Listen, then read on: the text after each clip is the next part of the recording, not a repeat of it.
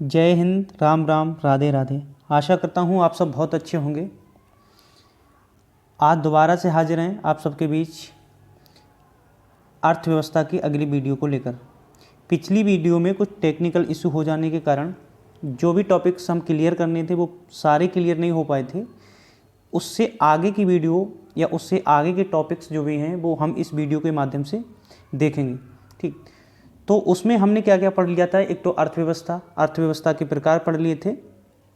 अर्थव्यवस्था में होने वाली आर्थिक और अनार्थिक क्रियाएं पढ़ ली थी। उसके बाद इसमें अब हम आगे देखेंगे जो अर्थव्यवस्था के नोबेल पुरस्कार प्राप्त करता व्यक्ति हैं वो कौन कौन हैं। तो अर्थव्यवस्था के क्षेत्र में नोबेल पुरस्कार प्राप्त करने वाले दो भारतीय अर्थशास्त्री हैं। दो भारतीय अर्थशास्त्री में पहला नाम जो आपको ध्यान रखना है वो कौन है, अमर्त्य सेन। नोबेल पुरस्कार इन्हें दिया गया था 1998 में। किसके लिए दिया गया था तो ध्यान रखना है, अर्थशास्त्र के कल्याण के लिए नोबेल पुरस्कार दिया गया है अमर्त्य सेन को। दूसरे जो व्यक्ति हैं वो कौन है, अभिजीत बनर्जी। अभिजीत बनर्जी को कब दिया गया है नोबेल पुरस्कार, 2019 में। किसके लिए, वैश्विक निर्धनता के उन्मूलन के लिए है। तो अब तक कितने अर्थशास्त्रियों को नोबेल पुरस्कार दिया जा चुका है तो आपको ये ध्यान रखना है। अब तक जो कितने लोगों को दिया जा चुका है, दो लोगों को भारत के अंदर अर्थशास्त्र में नोबेल पुरस्कार दिया जा चुका है, अमर्त्य सेन और अभिजीत बनर्जी। ठीक, इसके अलावा अब आगे हम डिस्कस करेंगे कि अर्थव्यवस्था के क्षेत्र। सबसे पहले अर्थव्यवस्था के क्षेत्रों में हम देखेंगे कि स्वामित्व के आधार पर अर्थव्यवस्था के कितने क्षेत्र होते हैं। स्वामित्व का मतलब होता है अधिकार, अधिकार मतलब हिस्सेदारी। तो स्वामित्व किसका कितना स्वामित्व है, इस आधार पर अगर अर्थव्यवस्था की बात करें तो स्वामित्व के आधार पर अर्थव्यवस्था के कितने क्षेत्र होते हैं, दो। स्वामित्व के आधार पर कितने क्षेत्र हो जाएंगे अर्थव्यवस्था के, दो क्षेत्र हो जाएंगे। कौन कौन से होते हैं, एक होता है सार्वजनिक क्षेत्र और दूसरा होता है निजी क्षेत्र। ठीक, सबसे पहले हम क्या डिस्कस करेंगे, सार्वजनिक क्षेत्र क्या होता है। देखो सार्वजनिक क्षेत्र क्या होता है, जैसे मान लो कोई भी कंपनी हमने ले ली, उस कंपनी में क्या है, उस कंपनी में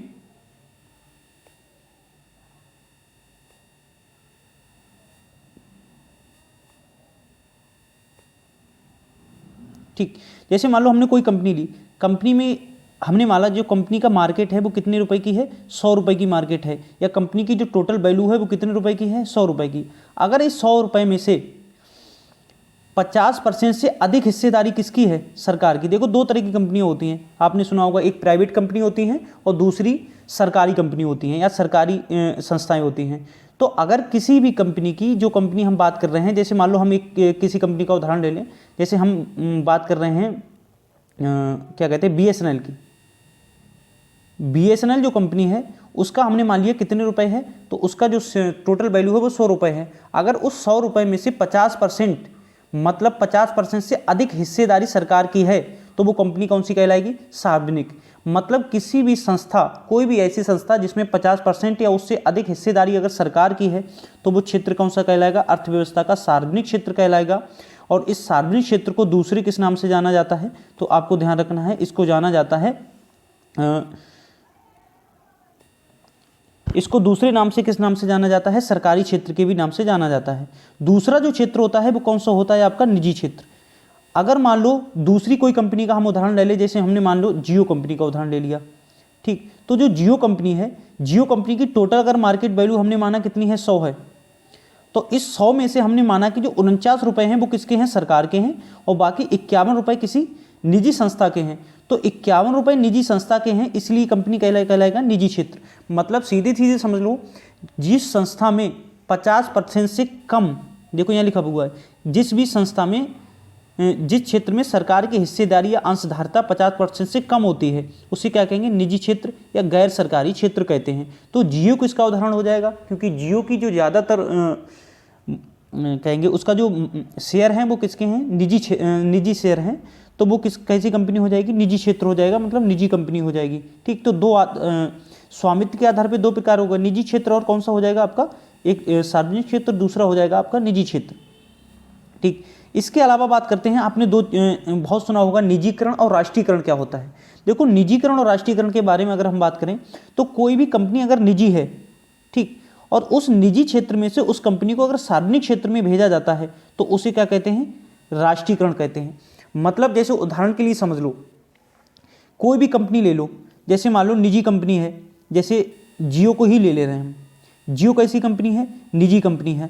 अब जियो कंपनी के पास सरकार ने क्या किया, इस कंपनी पर अधिग्रहण करना चाहा, या जियो की जो भी मतलब इसके जो भी मालिक हैं उन्होंने अपनी कंपनी को सरकार के मतलब बेचना चाहा। सरकार ने इसका क्या कर लिया, जैसे मान लो इसमें 40% हिस्सेदारी किसकी थी? सरकार की थी, और 60% किसकी थी?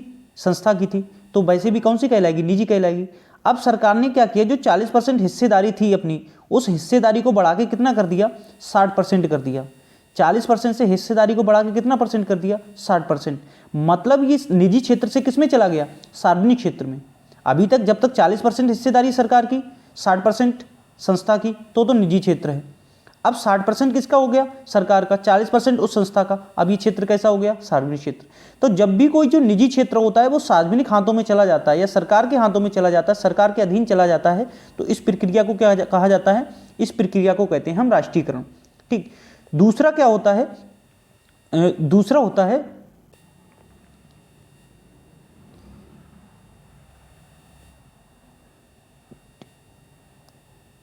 दूसरा होता है मतलब निजीकरण।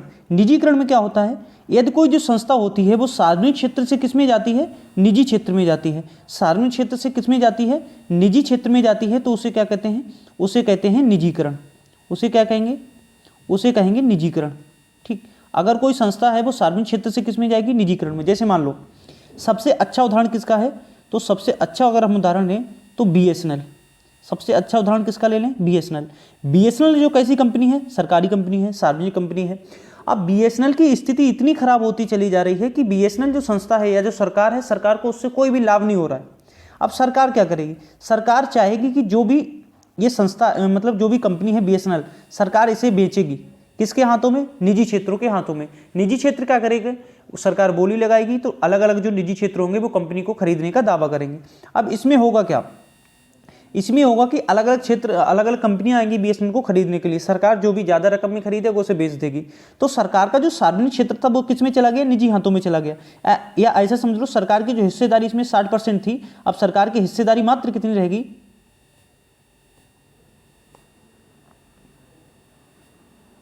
ठीक। सरकार की हिस्सेदारी कितनी रहेगी? 40% रहेगी या 20% रहेगी। तो कोई भी संस्था है जो सार्वजनिक क्षेत्र से निजी क्षेत्र में जाएगी तो इसे क्या कहेंगे? तो इसे कहेंगे निजीकरण। ठीक।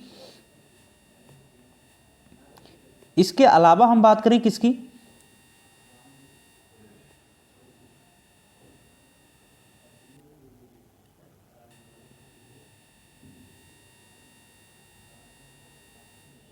ठीक। इसके अलावा हम किसकी बात करेंगे? अगली आर्थिक गतिविधियों के आधार पर अर्थव्यवस्था के क्षेत्र। देखो आर्थिक गतिविधियों का मतलब क्या है कि जो हम दैनिक मतलब जो भी चीज़ें वस्तुएं खरीदते हैं बेचते हैं उस आधार पे। आर्थिक गतिविधियों का मतलब यही था जहां भी पैसे का लेन देन होता है वो सभी गतिविधियां कैसी कहलाएंगी? आर्थिक गतिविधियां। तो आर्थिक गतिविधियों के आधार पर जो अर्थव्यवस्था के क्षेत्र होता है वो मुख्यतः कितने प्रकार का होता है, ये आपको ध्यान रखना है। तो मुख्यतः केवल कितने प्रकार का होता है? 3 ही प्रकार का होता है। वैसे आपको अलग अलग मिल जाएंगे, लेकिन मुख्यतः कितने प्रकार का है? मात्र 3 प्रकार का। वैसे आपको 5 प्रकार का मिल जाएगा। ठीक। वो 3 प्रकार कौन कौन से होते हैं? देखो पहला होता है प्राथमिक क्षेत्र। प्राथमिक क्षेत्र, द्वितीयक क्षेत्र और तृतीयक क्षेत्र, ये 3 क्षेत्र प्रमुख होते हैं। प्राथमिक क्षेत्र का मतलब होता है जहां भी किसी वस्तु का उत्पादन हो रहा है। तो जहां वस्तु का उत्पादन हो रहा है वो कौन सा क्षेत्र कहलाएगा? प्राथमिक क्षेत्र कहलाएगा। वस्तु से मतलब है जैसे जहां से वस्तु को रॉ मटेरियल मिल रहा है, मतलब वस्तु को कच्चा माल जहां से मिल रहा है, तो वो क्षेत्र कौन सा कहलाएगा? आपका प्राथमिक क्षेत्र कहलाएगा। ये क्या होता है? देखो अर्थव्यवस्था का वह क्षेत्र जहां से प्राकृतिक संसाधनों को कच्चे माल के रूप में प्राप्त किया जाता है, कौन सा क्षेत्र कहलाता है? प्राथमिक क्षेत्र कहलाता है। इसे कृषि से संबंधित क्षेत्र भी कहा जाता है। मतलब आप सीधे सीधे देखेंगे इसमें किसकी भागीदारी सबसे अधिक होती है? तो कृषि की भागीदारी जो होती है वो इसमें क्या होती है? सबसे अधिक होती है। इसीलिए इसे कहा जाता है कृषि से संबंधित क्षेत्र। अगर इसे आप अर्थशास्त्र की भाषा में समझेंगे तो इसे क्या कहा जाता है? रेड कॉलर जॉब कहा जाता है। अब ये रेड कॉलर जॉब क्यों कहा जाता है? आप देखना जो मजदूर वर्ग होता है वो क्या होता है? सबसे ज़्यादा मेहनती होता है। मतलब सबसे ज़्यादा मेहनत कौन करता है? कृषि में जैसे किसान होता है या मजदूर जो वर्ग होता है सबसे ज़्यादा मेहनत करता है, इसलिए इसे रेड कॉलर जॉब कहा जाता है। इसमें क्या आ जाएगा? जैसे प्रमुख कृषि है, पशुपालन है, खनन है, वन है, वानिकी मतलब वन है, और वनों के द्वारा जो भी प्राप्त होता है, उसके अलावा जैसे मत्स्य पालन है, डेयरी वगैरह है, वो सब किस में आ जाएंगे, प्राथमिक क्षेत्र में आ जाएंगे। तो जो बाद के दो क्षेत्र होते हैं वो किस पर निर्भर होते हैं, जैसे मान लो द्वितीय क्षेत्र की बात करें या तृतीय क्षेत्र की बात करें, तो ये दोनों सेक्टर किस पे निर्भर होते हैं, प्राथमिक क्षेत्र पर, प्राइमरी सेक्टर पर निर्भर होते हैं। ठीक, तो ये आपका कौन सा हो जाएगा, प्राथमिक क्षेत्र। जहां से हमें कच्चा माल प्राप्त हो रहा है वो प्राथमिक क्षेत्र, मतलब कृषि, तो कृषि क्या हो जाएगा, प्राथमिक क्षेत्र हो जाएगा। इसके अलावा दूसरा कौन सा होता है, दूसरा होता है इसमें द्वितीय क्षेत्र।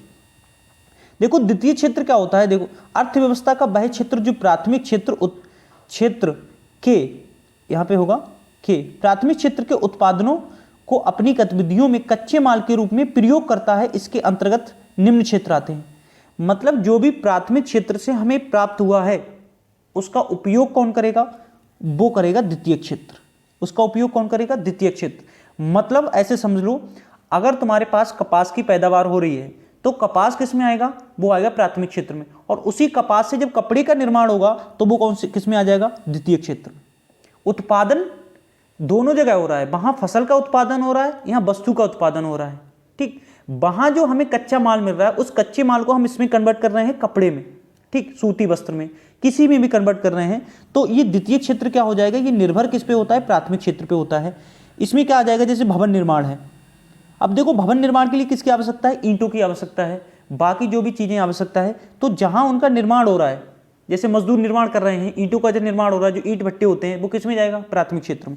लेकिन भवन निर्माण हो रहा है किससे, ईंटों से, तो भवन निर्माण किस में जाएगा, तो वो जाएगा द्वितीय क्षेत्र में। इसी तरह रोटी किस में आ जाएगा, द्वितीय क्षेत्र में। अनाज का उत्पादन तो प्राथमिक क्षेत्र है, रोटी द्वितीय क्षेत्र है। कपड़ा अभी बताया था, कपड़ा किस में आएगा, द्वितीय क्षेत्र में। कपास किस में आएगा, प्राथमिक क्षेत्र में। इसी तरह मकान, ठीक, जल आपूर्ति किस में आएगा, द्वितीय क्षेत्र में। ठीक, जल आपूर्ति किस में, विद्युत किस में आएगा, द्वितीय क्षेत्र में। गैस किस में आएगा, ये भी द्वितीय क्षेत्र में आएगा। इसे क्या कहते हैं, रेड कॉलर जॉब कहते हैं। मतलब इसे ब्लू कॉलर जॉब कहते हैं। इसे क्या कहते हैं, ब्लू कॉलर जॉब कहते हैं। मतलब सबसे ज़्यादा मेहनत किसे करनी पड़ती है, रेड कॉलर जॉब, प्राथमिक क्षेत्र। उससे कम दूसरे नंबर पे मेहनत किसे करनी पड़ती है, द्वितीय क्षेत्र, मतलब ब्लू कॉलर जॉब। इसके अलावा जो तीसरा होता है वो कौन सा होता है आपका, तृतीय क्षेत्र। और तृतीय क्षेत्र को अन्य नाम से जाना जाता है सेवा क्षेत्र, ध्यान रखना। इसी तरह से आपसे क्वेश्चन पूछता है वनडे एग्जाम में, वो पूछेगा कि निम्नलिखित में से कौन एक प्राथमिक क्षेत्र में शामिल नहीं है, निम्नलिखित में से कौन एक द्वितीय क्षेत्र में शामिल नहीं है, तृतीय क्षेत्र में शामिल है, या तृतीय क्षेत्र में से निम्नलिखित में से किस किस को शामिल किया जाता है। ठीक, देखो तृतीय क्षेत्र को क्या कहा जाता है, तो दूसरा नाम इसका ध्यान रखना है, सेवा क्षेत्र भी कहा जाता है। यह क्षेत्र अर्थव्यवस्था के प्राथमिक और द्वितीय क्षेत्रों को अपनी सेवाएं प्रदान करता है। किसके लिए, प्राथमिक और द्वितीय क्षेत्र को सेवाएं प्रदान करता है, इसलिए क्या कहते हैं, सेवा क्षेत्र कहते हैं। इसलिए क्या कहते हैं, सेवा क्षेत्र। इससे क्या कहते हैं, व्हाइट कॉलर जॉब कहते हैं। इसे क्या कहते हैं, व्हाइट कॉलर जॉब भी कहते हैं। ठीक, अब इसमें क्या होगा, देखो इसके अंतर्गत निम्न क्षेत्र आते हैं, परिवहन, संचार, बीमा, बैंकिंग, भंडारण, व्यापार, सामुदायिक सेवाएं। अब देखो कोई भी किसान है, किसान के जो भी उत्पादन किया उसने वो कहाँ बेचा, वो मार्केट में ले जाके, उससे मंडी में जाके उसे बेचा। किसान के लिए जो भी पैसा मिला, पैसा कहाँ जमा करना जाएगा, बैंक में। ठीक, दूसरी तरफ से समझ लो, किसान को पैसे की आवश्यकता पड़ी, किसान क्या करेगा, बैंक से लोन लेने जाएगा। तो ये बैंक क्या कर रही है, ये किसान को सेवा प्रदान कर रही है। तो किसे सेवा प्रदान कर रही है, प्राथमिक क्षेत्र को। इसी तरह बैंक द्वितीय क्षेत्र को। जैसे मान लो तुम्हें कोई उद्योग धंधा शुरू करना है, कोई भी व्यापार शुरू करना है, तुमने बैंक से क्या किया, लोन। अब व्यापार किस में है, द्वितीय क्षेत्र में। तो द्वितीय क्षेत्र को सेवा कौन दे रहा है, तृतीय क्षेत्र।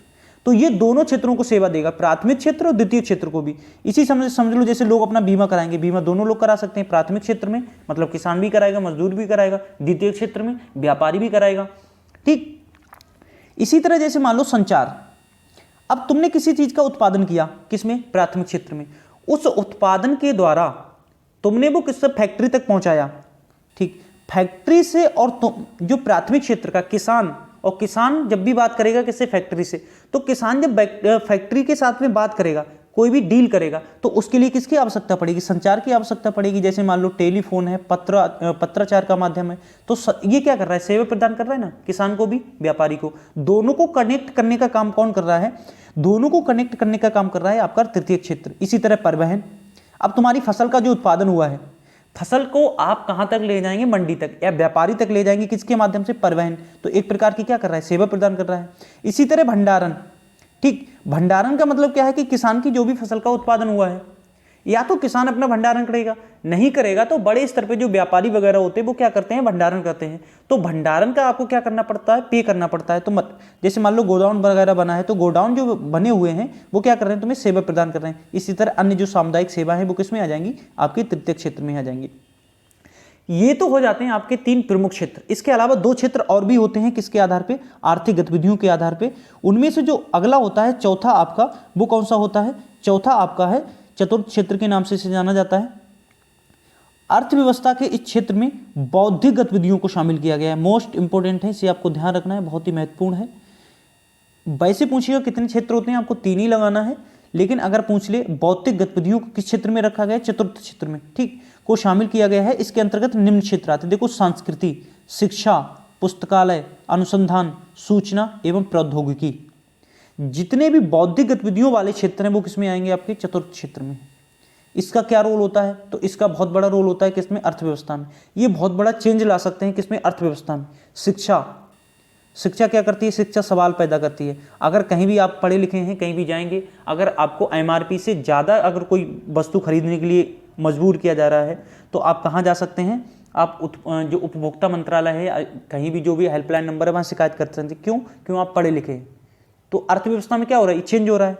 दूसरा, जैसे संस्कृति है, आप अपनी संस्कृति को बताने के लिए कोई काम कर रहे हैं, कोई आयोजन वगैरह कर रहे हैं, तो उसमें भी एक प्रकार का पैसा खर्च होगा। कैसा क्षेत्र है, अर्थव्यवस्था के क्षेत्र है। पुस्तकालय, आप पुस्तकालय स्थापित कर रहे हैं, वहाँ से जो भी पैसा मिल रहा है या जो भी है, या उसके अलावा जो अनुसंधान है, सूचना एवं प्रौद्योगिकी है, वो किस में आएंगे, सब चतुर्थ क्षेत्र में आते हैं।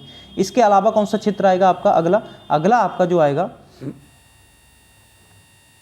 अगला जो आपका आ जाएगा वो कौन सा आ जाएगा, आपका पांचवा क्षेत्र।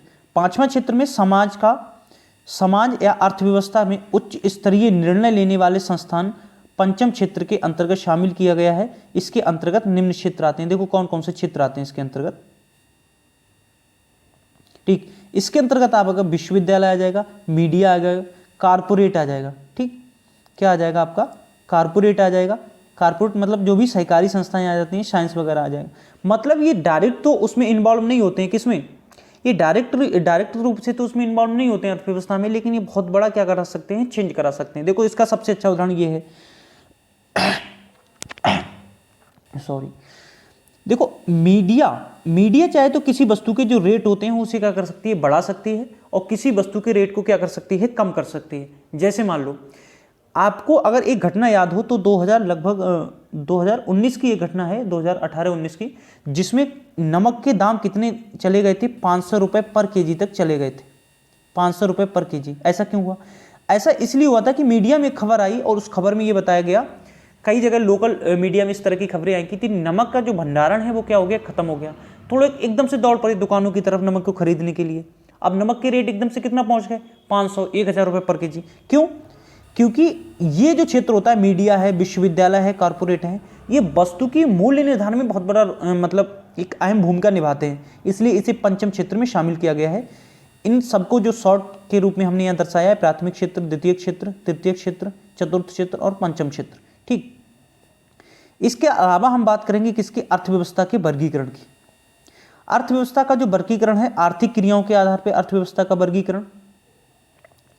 आर्थिक क्रियाओं के आधार पर अर्थव्यवस्था कितने प्रकार की होती है, तो आपको ध्यान रखना है 3 प्रकार की होती है।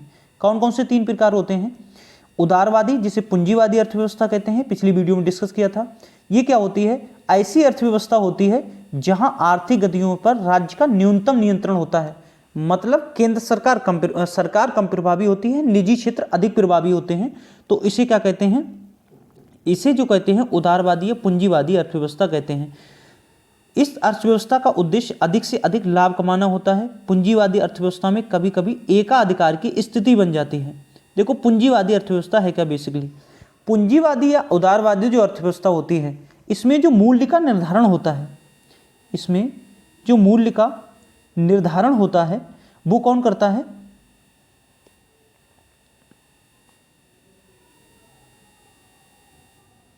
इसमें जो मूल्य का निर्धारण होता है वो किसके द्वारा किया जाता है, इसमें मूल्य का निर्धारण निजी क्षेत्रों के द्वारा किया जाता है। मतलब इसमें उदारवादी क्यों कहा गया है, इसमें जो भी संस्थाएं होती हैं, जो भी कंपनी होती हैं, उन्हें पूरी स्वतंत्रता होती है उत्पादन की, और उत्पादन के आधार पर क्या होता है, मूल्य निर्धारित होता है।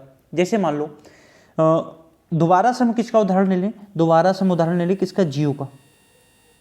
दोबारा से किसका उदाहरण ले लिया हमने, जियो का ले लिया। जितनी भी नेटवर्क कंपनी है वो अपने जो डाटा के पैक का जो मूल्य निर्धारण होता है वो अपने आप करेंगी। सरकार का उसमें कोई भी क्या कहते हैं, सरकार की कोई भी भूमिका उसमें नहीं होती है। जैसे मान लो जियो ने शुरुआत में क्या किया, फ्री लोगों को दिया, नेटवर्क की सुविधा दी थी, वो लोगों को क्या थी, फ्री प्रदान की। लोग ज़्यादा से ज़्यादा किस में चले गए, जियो में।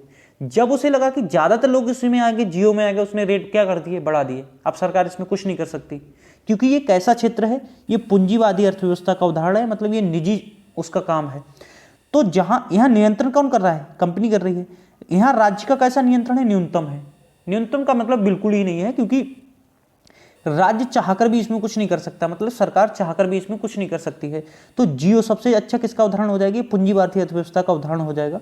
ठीक, इसके अलावा हम बात करें, एकाधिकार की अवस्था में उत्पादन एक संस्था या एक व्यक्ति कर ही सीमित रह जाता है, जिससे वस्तु के मूल्य में क्या हो जाती है, वृद्धि हो जाती है। अब आने वाले समय में अगर ऐसा हो जाए कि ज़्यादातर 100% लोग किसमें चले जाएंगे, जियो में, दूसरी कंपनी क्या हो जाएंगी, बंद हो जाएंगी। और जैसे ही दूसरी कंपनी बंद हो, जियो अपने रेट को क्या कर देगी, बढ़ा देगी। और बढ़ाने के दौरान क्या होगा, लोगों के पास मजबूरी होगी, क्योंकि दूसरा कोई ऑप्शन नहीं होगा। तो इसी में क्या बन जाता है, इस तरह से एकाधिकार बन जाता है। कभी कभी एक ही कंपनी अधिकार कर लेती है पूरी मार्केट पे। इसका उदाहरण क्या है, संयुक्त राज्य अमेरिका, ब्रिटेन तथा फ्रांस आदि देशों की अर्थव्यवस्थाएं कैसी हैं, आपको ध्यान रखना है, उदारवादी अर्थव्यवस्थाएं हैं। दूसरा कौन सी अर्थव्यवस्था होती है, समाजवादी अर्थव्यवस्था। समाजवादी अर्थव्यवस्था में राज्य का क्या होता है, महत्वपूर्ण शक्ति होती है। राज्य एक महत्वपूर्ण शक्ति के रूप में रोल अदा करती है, मतलब जो कीमतें निर्धारित होती है वो किसके द्वारा होती हैं, राज्य के द्वारा होती हैं। इसका सबसे अच्छा उदाहरण अगर हम देखें भारत में, तो इसका जो सबसे अच्छा उदाहरण है वो कौन सा है, इसका सबसे अच्छा उदाहरण है, जैसे मान लो जो भी है पेट्रोल पंप है।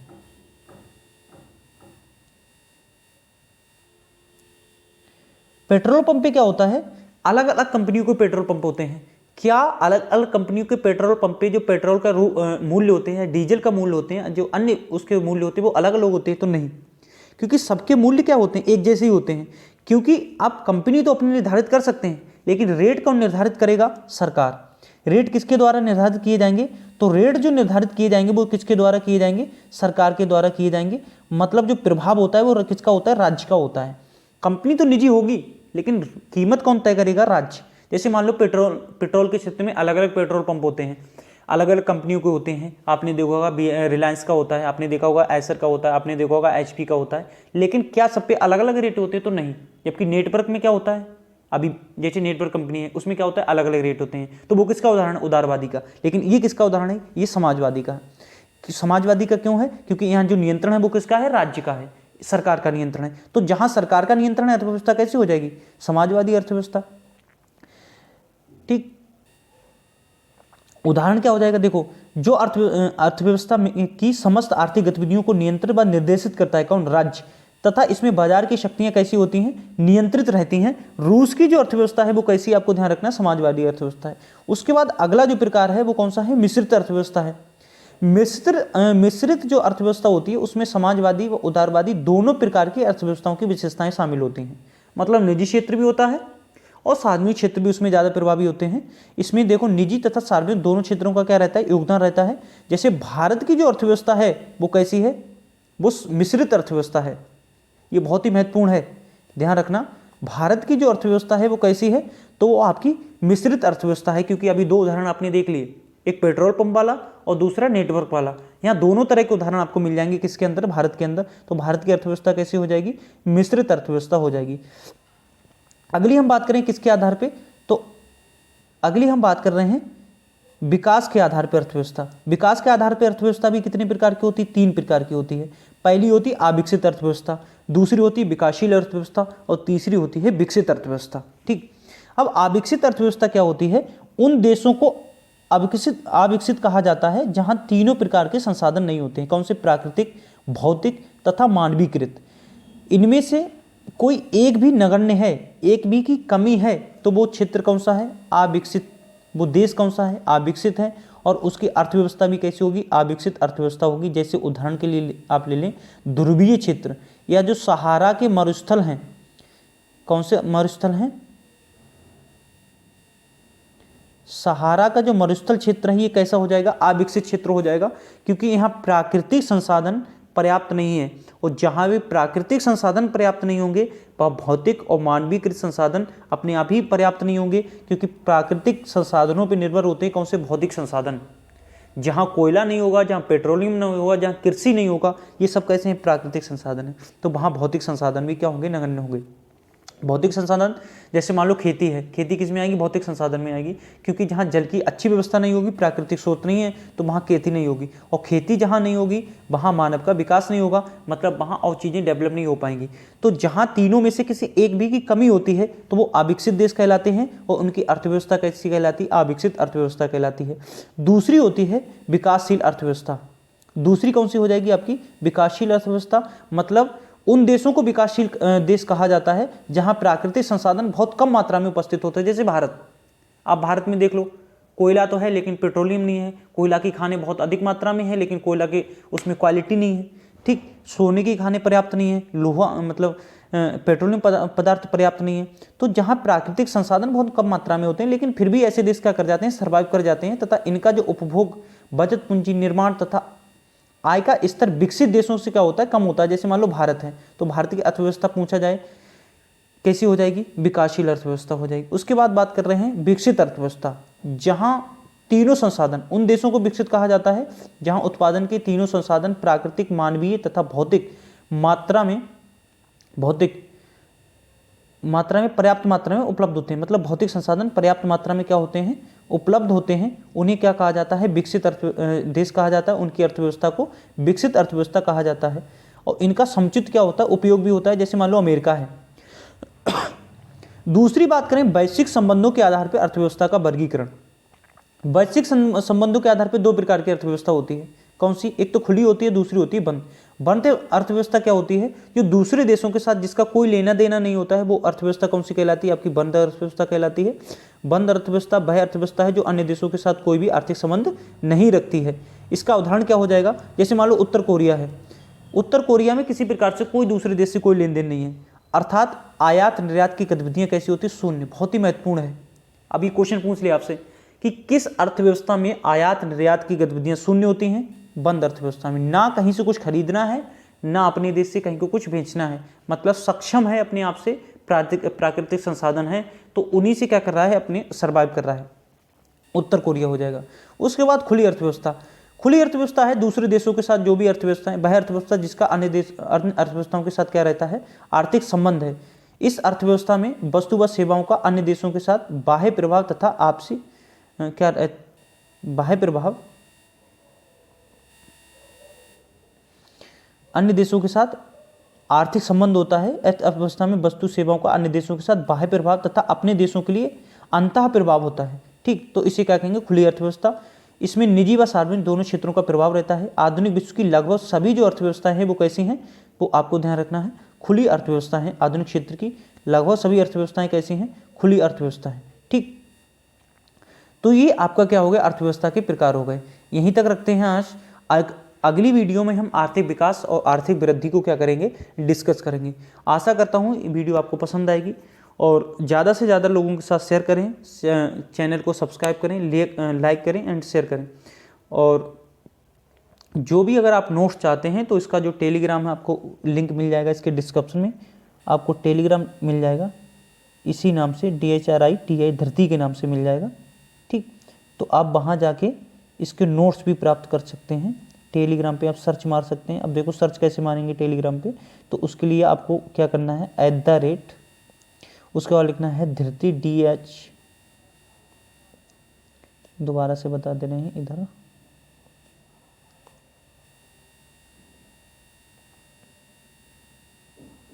देखो आप टेलीग्राम पे जाएंगे, जिन लोगों को चैनल नहीं मिल रहा है उनके लिए क्या करना है? टेलीग्राम पे जाएंगे आप, और टेलीग्राम पे जाने के बाद आप लगाएंगे @ सर्च, जहाँ सर्च करने को आता है आप लिखेंगे DHRITI31। ठीक, और इसे ज्वाइन कर लेंगे। इस पर आपको क्या मिलेगा? जो भी क्लास होगी उसके डेली नोट्स जो आपको वहाँ शेयर कर दिए जाएंगे। ठीक, तो इसी के साथ जय हिंद,